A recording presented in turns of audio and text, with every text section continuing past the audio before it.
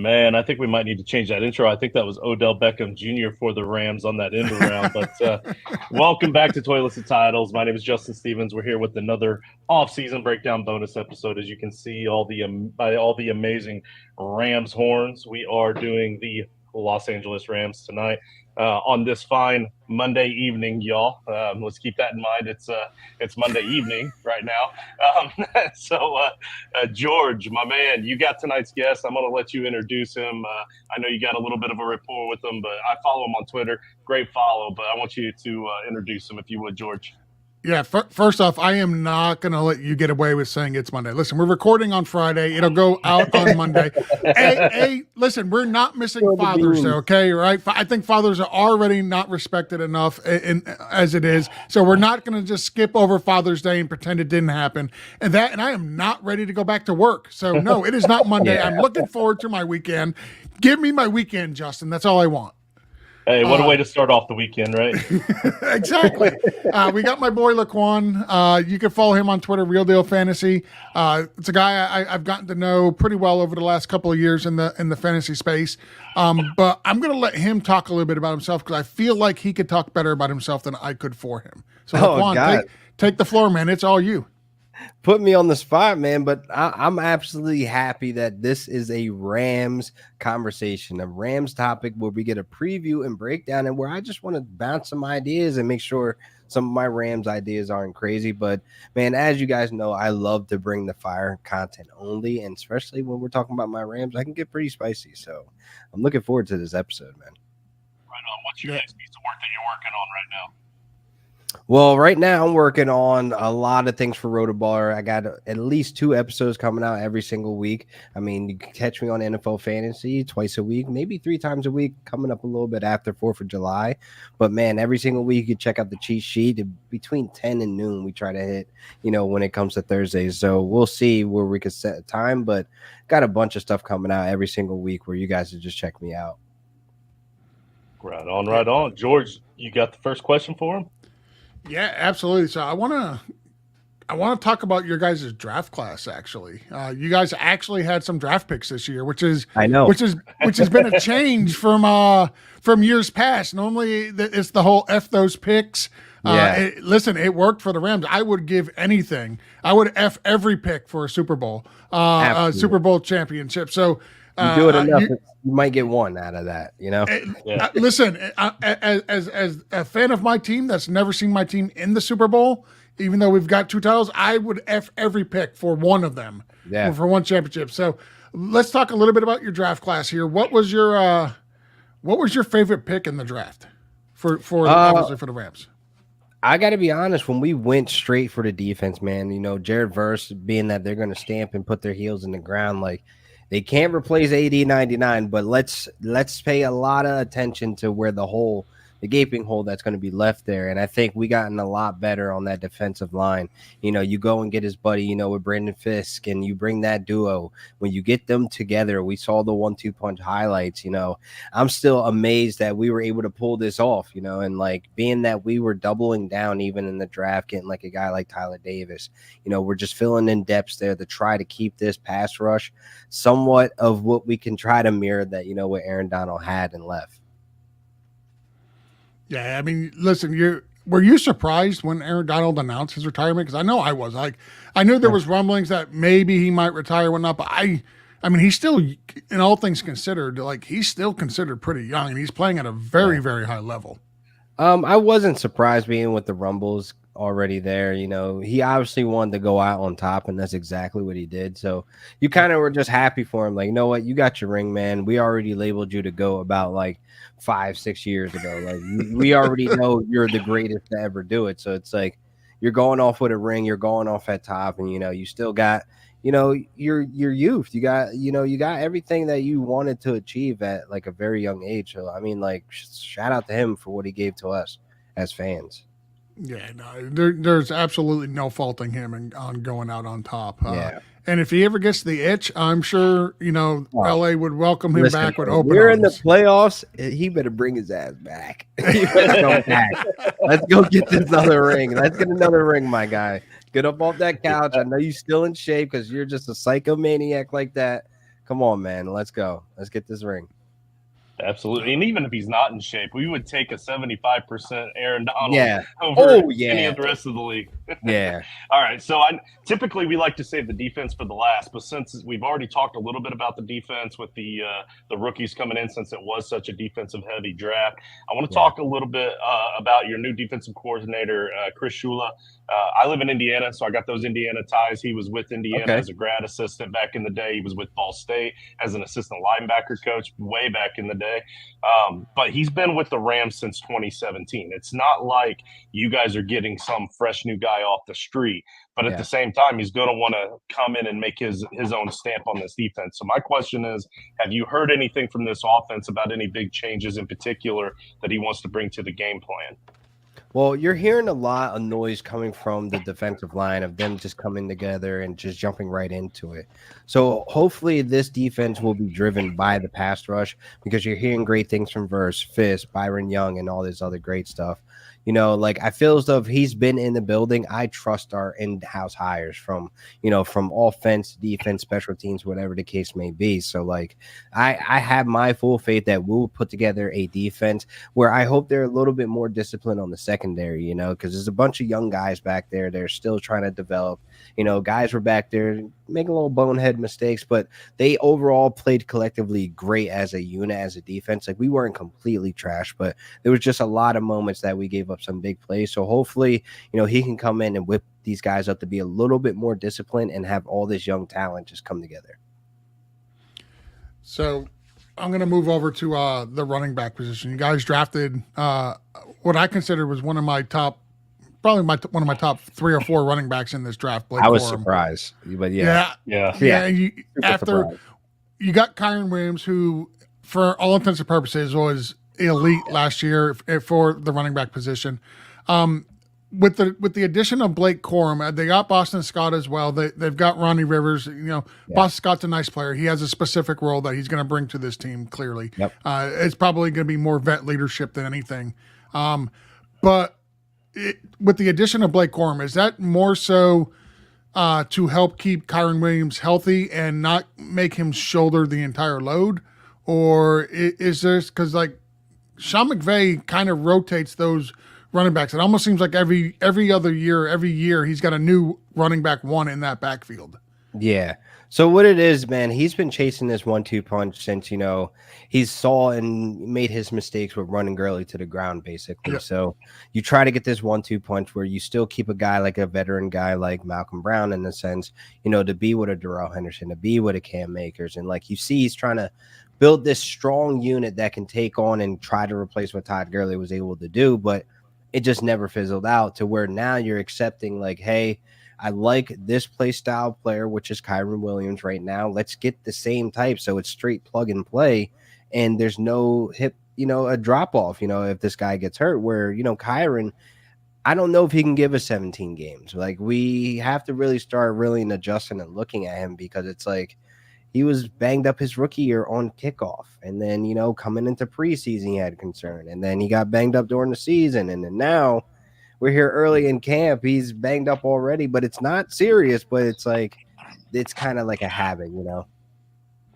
Yeah. And I think a lot of people think that just because they brought in another running back, like that spells the end of the guy there, especially what did they spend on Blake Corum? Like a 3rd or 4th round pick? 3rd round. Yeah. Third round. So they're like, not scared to do that, you know? No. And I look at drafting running backs this way.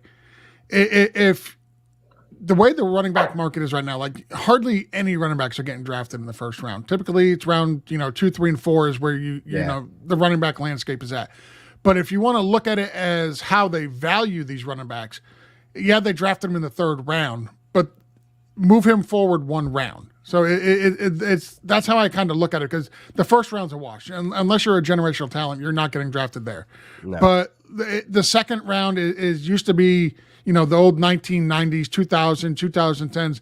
That was the old 1st round running back. They're now going in the 2nd round. So you just move everybody forward around. So I think they spent significant draft capital on him.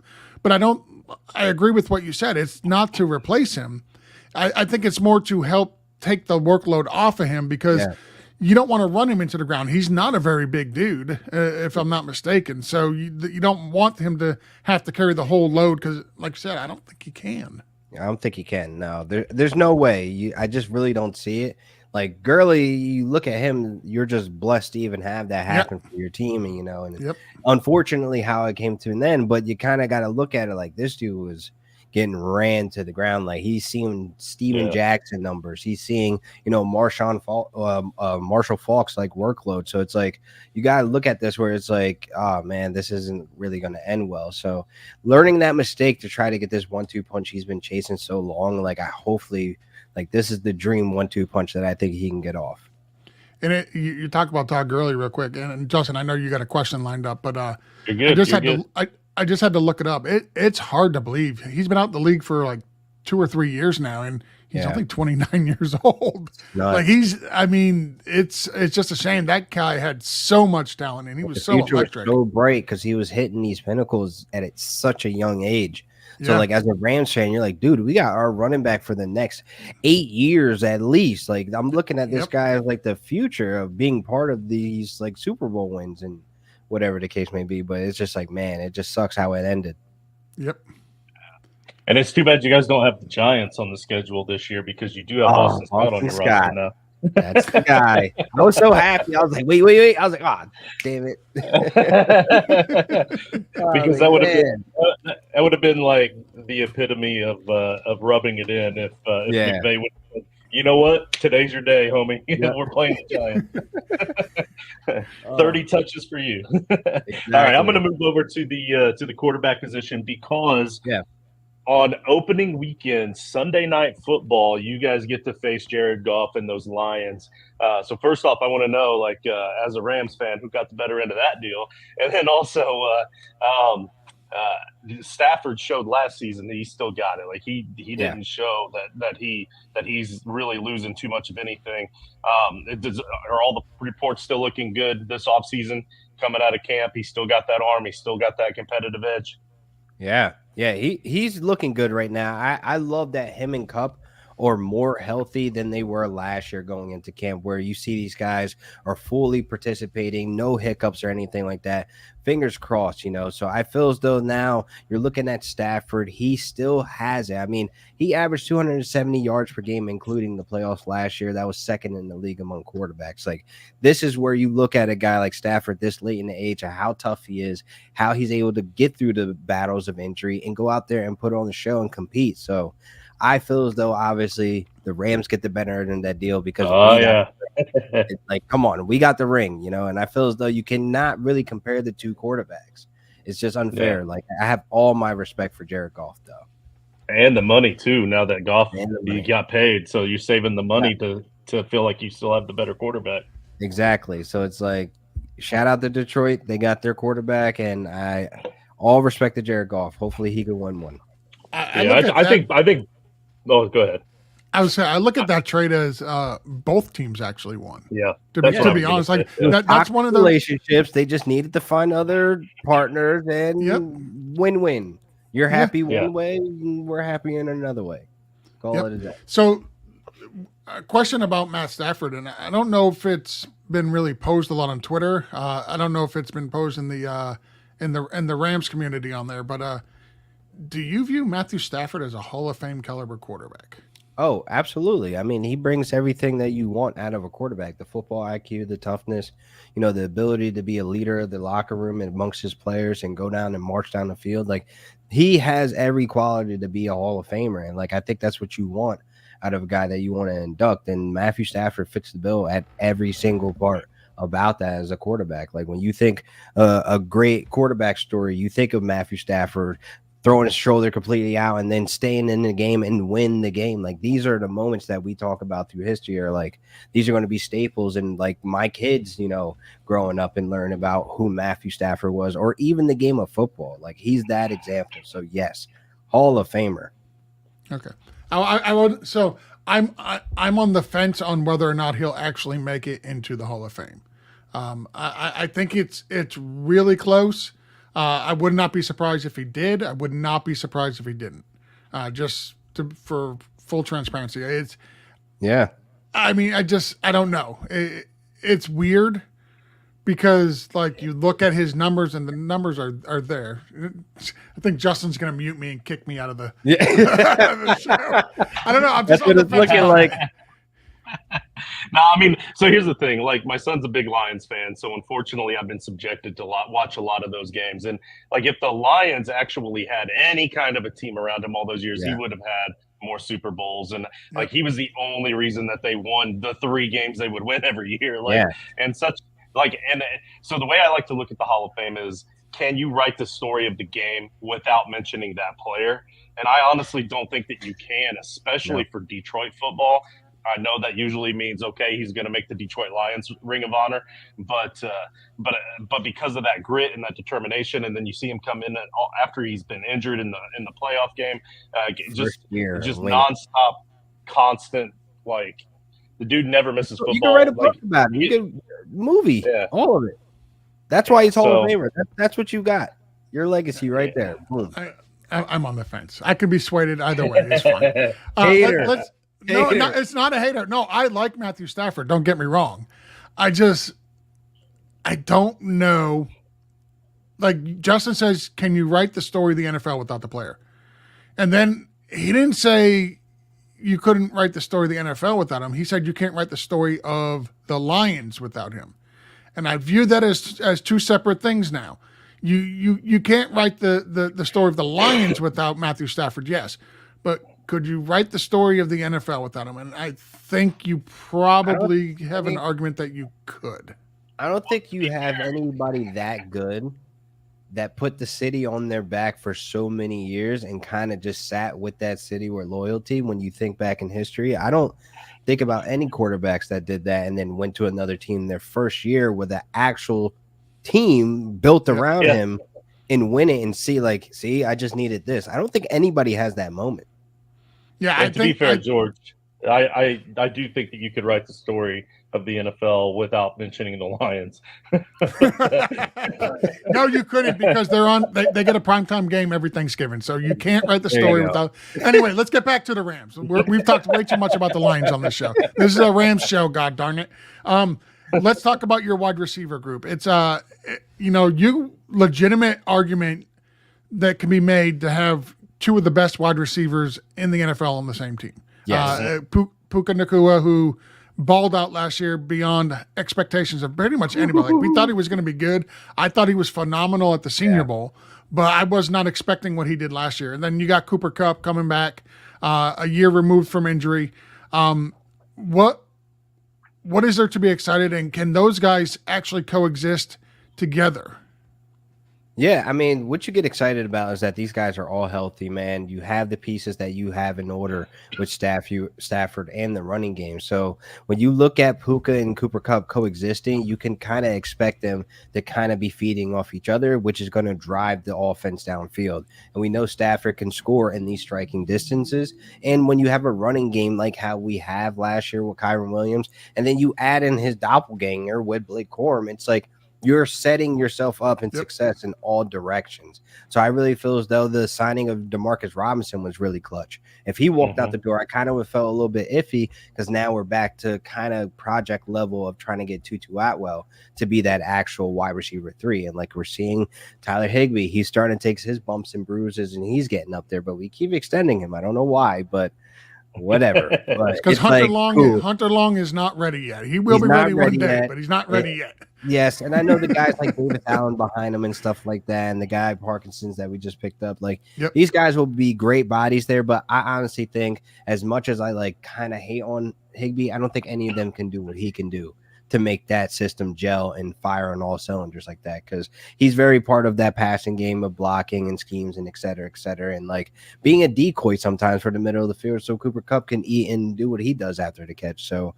there's a lot of things, that I feel as though this team is going to be so great now. And the expectations for me is like, we're going to be the most dangerous team all season long if we're healthy. Like, we're the most dangerous team on the back end closing up to the playoffs. Like, people were scared to play the Rams and everybody was happy. Like, oh, we got the Lions, let them go at it. Like, thank you. Like, we don't have to face one of the two most dangerous teams, in that playoff run. So it was like, you only got to face one. So I feel as though, man, the expectations are high.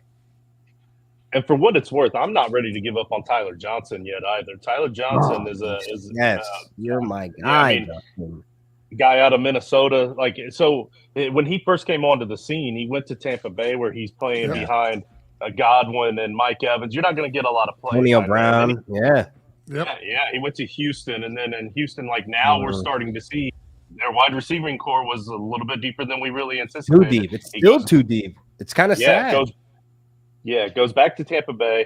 Then he goes to the Raiders where wide receivers go to die. But luckily, he's had a resurgence, and he's on a team that respects wide receivers. I feel like there's an opportunity for him to step up in a big way and kind of rebuild his career. I feel as though if Cooper Kupp was to step away, it's either Jordan Witherton, I think I'm saying that right, or Tyler Johnson, man, that could pick up the pieces and fill in that void until we get a top prospect or an elite wide receiver that could fill that role for Cooper Kupp.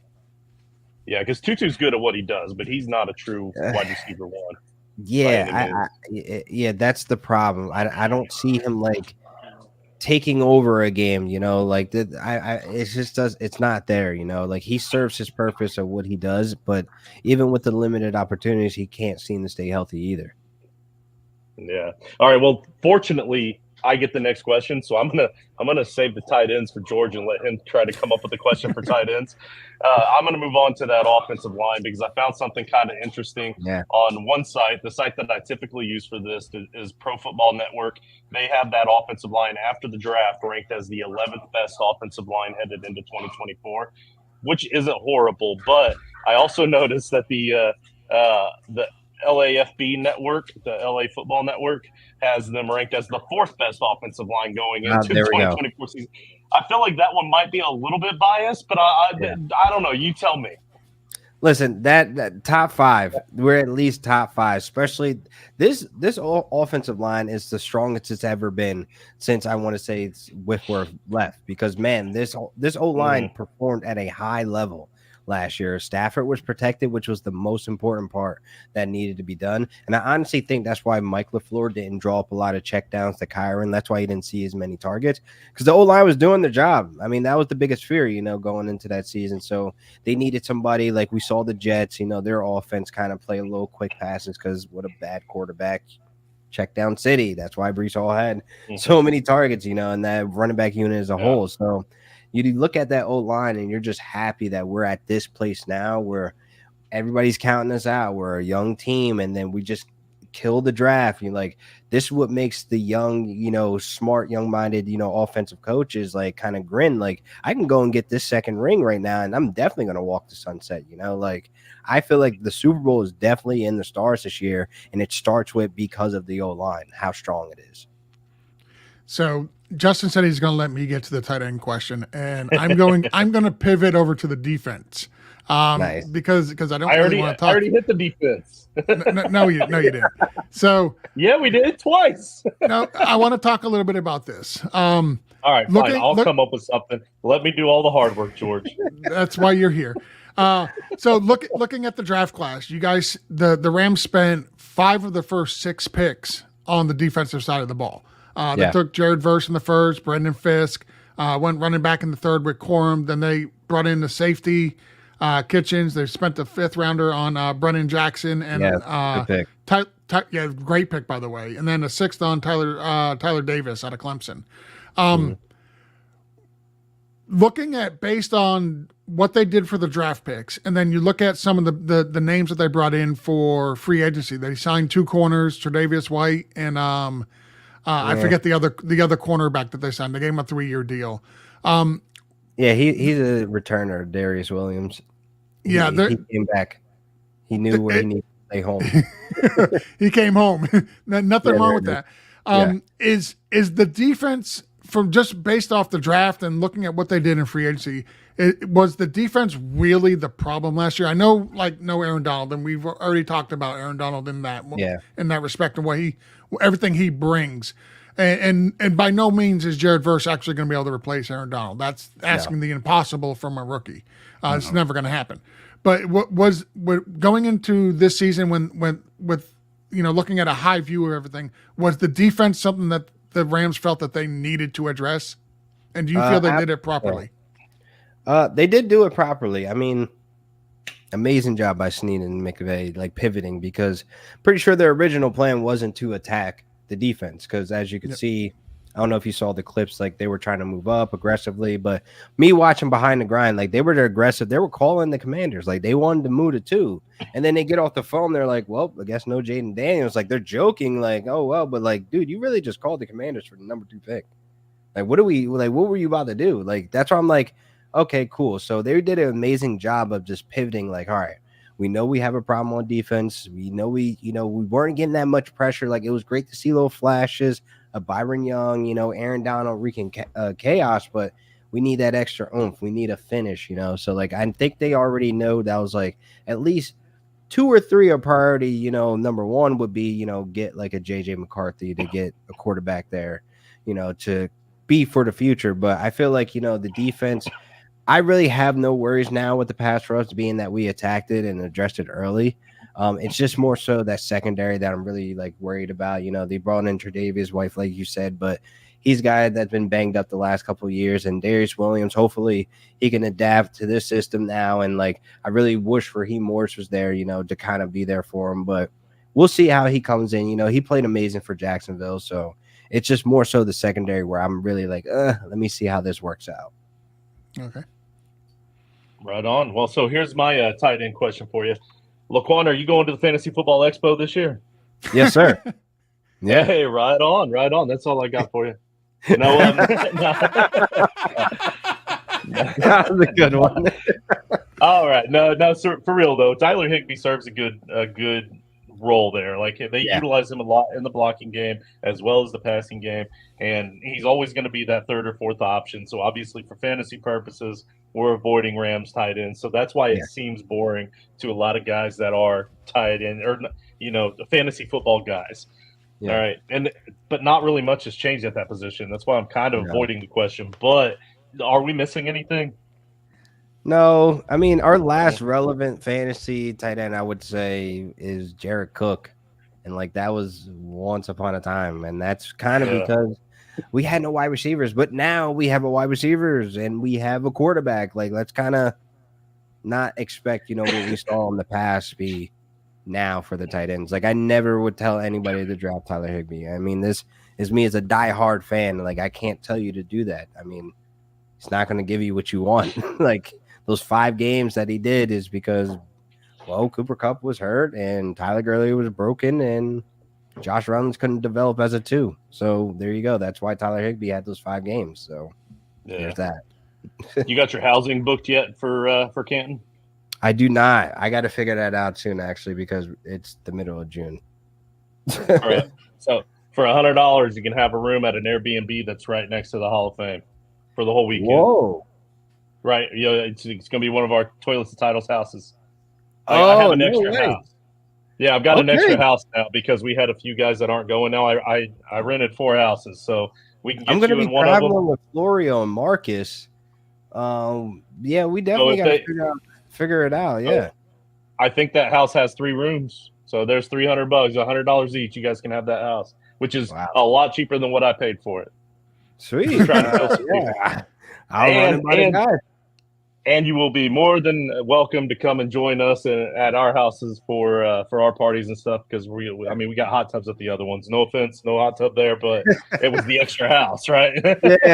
Darn, you're not going to get to hang out in the hot tub with Florio. I know that's disappointing. I'm sorry, LaQuan. I apologize. No, Mike, I love you. I'm just busting balls here. All right, Justin, let me get to the final question here. We've gone off the rails. We've gone to hot tubs. Wasn't on the show sheet for me today. All right, final question, LaQuan. If you could take any player in the NFL outside of quarterbacks, doesn't matter about cap space, doesn't matter what you'd have to trade for draft capital, it does not matter. You're like the little claw machine at the store. You're just going down, you're grabbing a player, you're plucking them from any team in the NFL, and they get dropped on the Rams. Who are you taking and why? Dak Prescott. I'll take him right now. And you can't. I said no quarterbacks.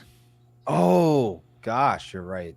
Darn it can't be Aaron Donald. He's retired, Justin. I can't do that. Yeah, that'd be. But Non-quarterback. Non-quarterback. So, yep. Any other position though is wide open. Maybe a Tank Dell. Still? Ooh, there you go. Wow, that'd be a dynamic that would kind three. of fill in that Tutu Atwell role that he desperately has been chasing since the failed project of Tavon Austin, but when he took over the team. But I really feel as though Tank Dell would be super explosive and do everything that we kind of want to open up and do. The Rams would average 10 rushing attempts per game, but they would be crazy good. Yeah, that would be crazy good. I'm kind of surprised you didn't go with the cornerback, to be honest. I thought for sure you might go with the Pat Surtain or Sauce Gardner. Micah Parsons has been a pretty popular one the last couple of shows. But you are the first person to take a Tank Dell to add them, because we ask every guest this question. Strikers. I want offense and scoring points. That's all.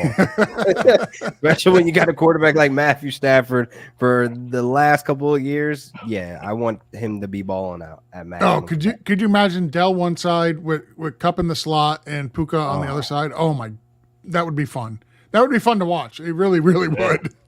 The greatest show on turf all over again. They wouldn't even have to call plays. They'd be going up. Just everybody go deep. Just go deep. Get open. Sure. All right, man. I mean, that's all I've got. You got anything, George? No, that was the final question. I think we hit all the important positions, including awesome, the hot man. tub.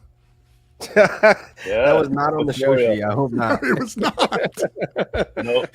Hot tub with Florio. So, all right. So, LaQuan Jones, you guys see all of his info down there at the bottom. LaQuan, man, we appreciate you coming on. We look forward to seeing you in August. And Right I can.